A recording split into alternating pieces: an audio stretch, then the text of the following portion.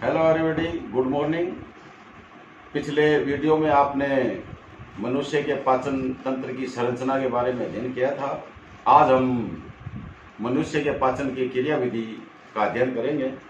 तो देखिए, मनुष्य का जो पाचन होता है मनुष्य में, वो निम्न चरणों में होता है। सबसे पहले तो अंतःग्रहण, भोजन अंदर लिया जाता है। तो सबसे पहले अंतःग्रहण, भोजन अंदर लिया जाता है मुख में। तो मुख में भोजन दांतों के द्वारा चबाया जाता है और लार ग्रंथियों से जो जीभ के नीचे भी होती है, ऊपर होती हैं, वो उनसे लार निकल के इस भोजन में मिक्स होती है, जिससे भोजन लसलसा भी होता है, चिकना हो जाता है। और लार ग्रंथियों में जो लार होती है, इसमें मुख्य रूप से टॉयलिन, देखिए टॉयलिन नामक एंजाइम्स होता है, और इसके अलावा लाइसोजाइम भी होता है, सोडियम क्लोराइड भी होता है, पोटेशियम बाइकार्बोनेट भी होता है। लेकिन मुख्य पाचन में जो है टॉयलिन का ज़्यादा यूज होता है। ये इसको अमाइलेज भी बोलते हैं। ये कार्बोहाइड्रेट का पाचन करता है। इसके बाद भोजन जो होता है इसोफेगस, ग्रसनी से होता हुआ इसोफेगस में जाता है, और इसमें इसोफेगस में कोई पाचन का सिस्टम नहीं होता और सीधा आमाशय में चला जाता है। आमाशय में जाने के बाद यहाँ पाचन की क्रिया यहाँ से शुरू होती है मुख्य रूप से।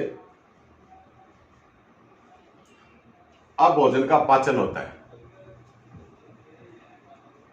पाचन जो होता है आमाशय में, आमाशय की दीवारों से जो जठररस निकलता है, उसमें HCl होता है। HCl, हाइड्रोक्लोरिक अम्ल, ये भोजन का माध्यम अम्लीय कर देता है। इसके बहुत से कार्य होते हैं। ये जो हानिकारक जीवाणु वगैरह होते हैं उनको नष्ट करता है। और जो जठररस में इसके अलावा पेप्सिनोजन,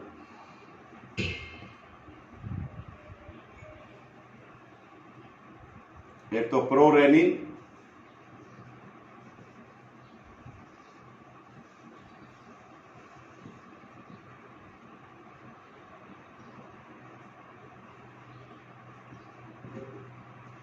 पेप्सिनोजन एंजाइम्स, ये जठररस में दो एंजाइम्स आते हैं। तो प्रोरेनिन को रेनिन में बदलता है, ये HCl ही करता है। पेप्सिनोजन को पेप्सिन में बदलता है। ये निष्क्रिय होते हैं और ये दोनों सक्रिय हो जाते हैं। अब रेनिन जो है, ये दुग्ध में जो केसिनोजन प्रोटीन होती है, केसिनोजन, इसका पाचन करता है। केसिनोजन को पहले केसिन में बदलता है रेनिन। केसिन में बदलने के बाद ये रेनिन ही इसको जमा देता है, क्योंकि लिक्विड अवस्था में, तरल अवस्था में अगर दूध रहेगा तो वो सीधा आरनाल में आगे चला जाएगा। तो इसको जो दही मान सकते हो, उसमें बदल देता है। उसके बाद में केसिन का पाचन हो जाता है और ये पेप्टाइड्स वगैरह में बदल जाता है। पेप्सिन्स जो होता है,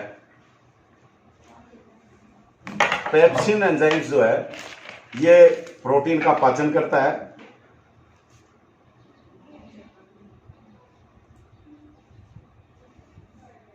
पेप्सिन्स, ये प्रोटीन जो होता है इसका पाचन करता है। और पॉलीपेप्टाइड्स या पेप्टाइड्स, पॉलीपेप्टाइड्स और पेप्टाइड्स में बदल देता है। अब आमाशय में लगभग, ये आमाशय के अंदर की क्रियाविधि है, आमाशय में लगभग 3 से 4 घंटे भोजन रहता है। इसके बाद जाता है ग्रहणी में, आमाशय से आगे ग्रहणी में। ग्रहणी में अग्नाशय से अग्नाशय रस आता है और पित्ताशय से पित्तरस आता है, पित्तरस और ये अग्नाशय रस।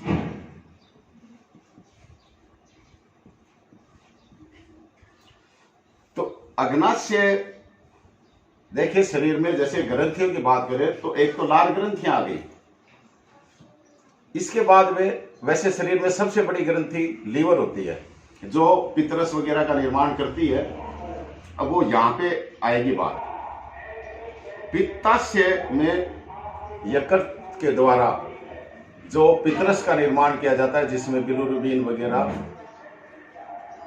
होता है, अन्य और जो कोलेस्ट्रॉल वगैरह हानिकारक जो भी पदार्थ होते हैं वो सब पित्तरस में डाल दिए जाते हैं और ये लीवर के द्वारा किया जाता है। पित्तरस का निर्माण लीवर करता है और पित्ताशय में ये इकट्ठा हो जाता है। इसका माध्यम क्षारीय होता है। यहां देखिए, आमाशय में HCl के कारण भोजन का माध्यम अम्लीय होता है। आगे जब ग्रहणी में जाता है तो पित्ताशय से पित्तरस आता है और इसका माध्यम क्षारीय कर देता है। ये पित्तरस वसा का पायसीकरण वगैरह करता है और जो हानिकारक जीवाणु होते हैं उनको भी नष्ट करता है और जो भोजन का माध्यम क्षारीय कर देता है। पहले अम्लीय होता है, क्षारीय माध्यम होने के बाद में अग्नाशय रस उसमें किसके पाचक एंजाइम्स कार्य करते हैं, सक्रिय हो जाते हैं। अब मैं ये पित्ताशय जो है लीवर के नीचे की साइड में स्थित होता है और इससे एक डक्ट आती है वाहिनी जो ग्रहणी में खुल जाती है। अग्नाशय से अग्नाशय रस जो आता है, इसमें देखिए आप, अग्नाशय रस में मुख्य रूप से लाइपेज, एमाइलेज और ट्रिप्सिन ये एंजाइम्स होते हैं। लाइपेज एंजाइम्स जो होता है ये वसा का पाचन करता है और वसीय अम्ल और ग्लिसरॉल में बदल देता है। लाइपेज एंजाइम जो है ये कार्बोहाइड्रेट का पाचन करता है, कार्बोहाइड्रेट। इसको ग्लूकोज, फ्रक्टोज, माल्टोज, इनमें अलग अलग साल से मेन रूप से ग्लूकोज में बदलता है। ट्रिप्सिन ये प्रोटीन का पाचन करता है। प्रोटीन को पेप्टाइड्स में और अमीनो अम्लों में बदल देता है। तो इस प्रकार से ग्रहणी में पाचन की क्रिया संपन्न होती है। इसके बाद भोजन चलता है आगे। आहारनाल की संरचना आपको ध्यान है। तो ग्रहणी से आगे फिर इलियम भाग जो आता है, छोटी आंत का आगे का, ये ग्रहणी तो लगभग 25 सेंटीमीटर लंबी होती है। इसके आगे का भाग जो इलियम कहलाता है, इलियम में पाचन होता है, लेकिन वो ग्रहणी की दीवारों से जो एंजाइम्स आते हैं उनके द्वारा होता है। तो ग्रहणी की दीवारें जो होती हैं वो जो है उनसे जो एंजाइम्स निकलते हैं, मैंने कल आपको बताया था पिछले वीडियो में कि जो बुनर्स कोशिकाएं वगैरह होती है ग्रहणी में और वो जो पाचक रस का स्राव करती हैं, उन रसों के बारे में आज हम अब इसमें आगे चर्चा करते हैं हम। अब ग्रहणी से जो एंजाइम्स निकलते हैं वो इलियम में जो पाचन होता है। अब उसमें देखिए आप, ग्रहणी से जो एंजाइम्स निकलते हैं उसमें पेप्टिडेज,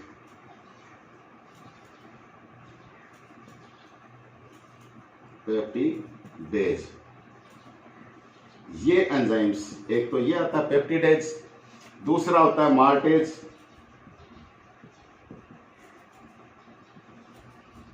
तीसरा होता है सुक्रेज, चौथा होता है लैक्टेज, पांचवा होता है न्यूक्लियस, न्यूक्लियोटाइडेज और न्यूक्लियोसाइडेज। तो इसमें मैं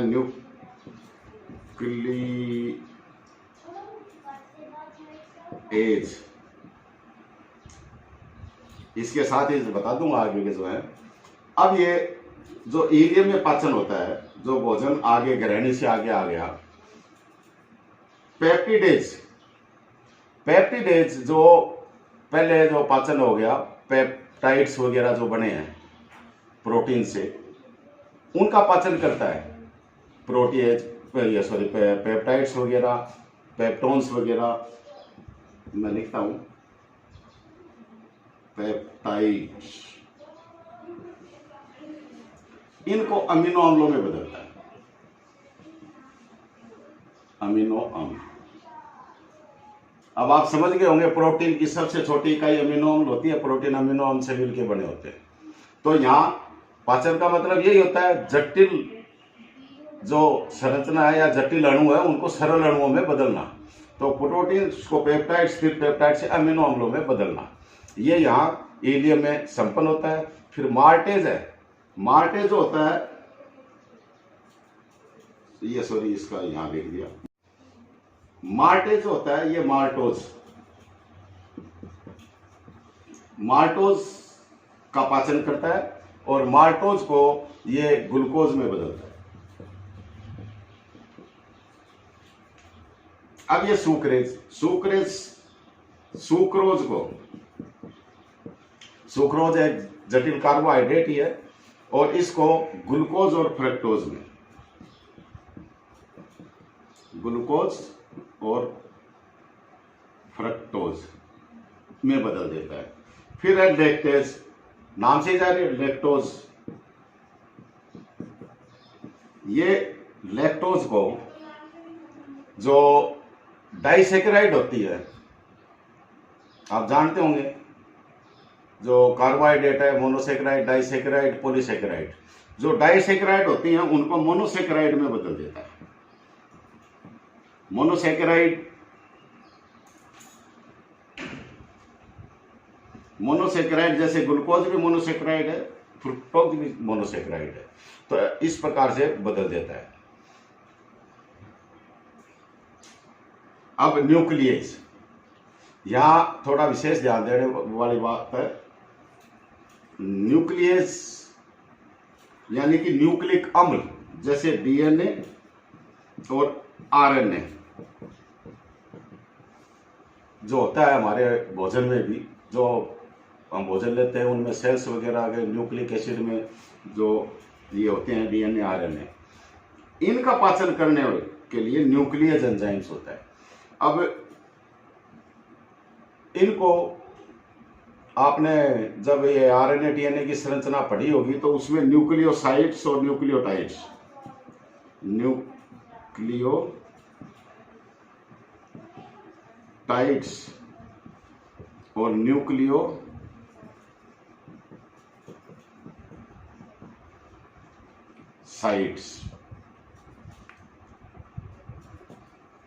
न्यूक्लियोटाइड्स तो वो होते हैं जब फास्फेट नाइट्रोजनी क्षारकों से जुड़ जाता है, और न्यूक्लियोसाइड्स वे होते हैं जब फास्फेट समूह नाइट्रोजनी क्षारकों से नहीं जुड़ा होता, केवल शुगर जुड़ी होती है, पेंटोस शर्करा वो जुड़ी होती है।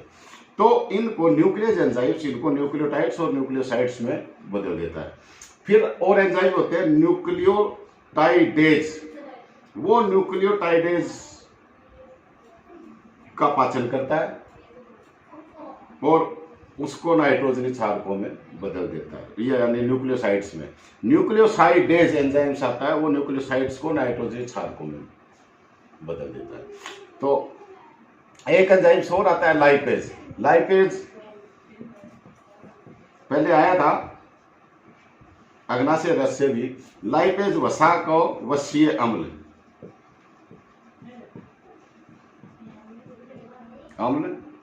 और ग्लिसरॉल में बदल देता है। तो ये तो हो गया पाचन की क्रिया संपन्न। इसके बाद शुरू होता है अवशोषण। ये आप समझ गए होंगे यहां तक। ये 6 एंजाइम्स हैं जो ग्रहणी से आते हैं।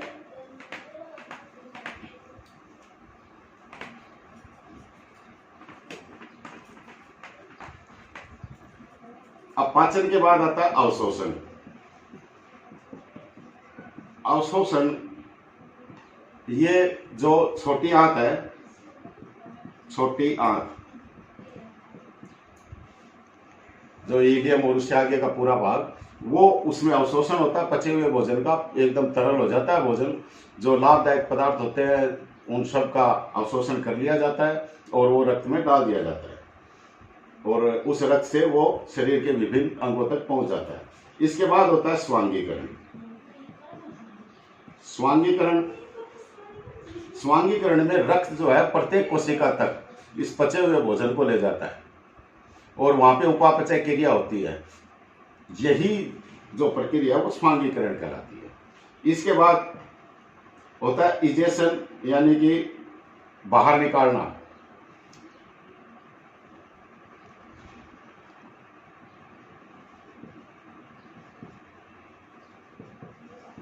इजेशन, पचे हुए भोजन को बाहर निकाल, अपचित भोजन को। तो जो पचा हुआ भोजन है वो तो अवशोषित हो जाता है, फिर बाद में जो भोजन बचता है वो बड़ी आंत में चला जाता है। बड़ी आंत में यहाँ केवल कुछ लवण और जल, इनका अवशोषण होता है, बाकी मलाशय में एकत्रित हो जाता है। अपचित भोजन मलाशय में आ जाता है। इसमें जो पित्रस जो आया था जिसमें बिलिरुबिन होता है, उस बिलिरुबिन जो है पीले रंग का होता है और इसी के कारण मल का रंग भी पीला होता है, वो आ जाता है। ये सब इसमें मलाशय में इकट्ठे हो जाते हैं और बाद में मल को गुदा के द्वारा बाहर त्याग दिया जाता है। ये जो क्रिया होती है ये न्यूरोजेनिक होती है, तंत्रिका से संचालित होती है। तो आज आपने ये इसके विभिन्न ये 5 चरण है क्रिया विधि के, पाचन की क्रिया विधि के। तो दैट्स ऑल। अब नेक्स्ट वीडियो में मिलेंगे। धन्यवाद।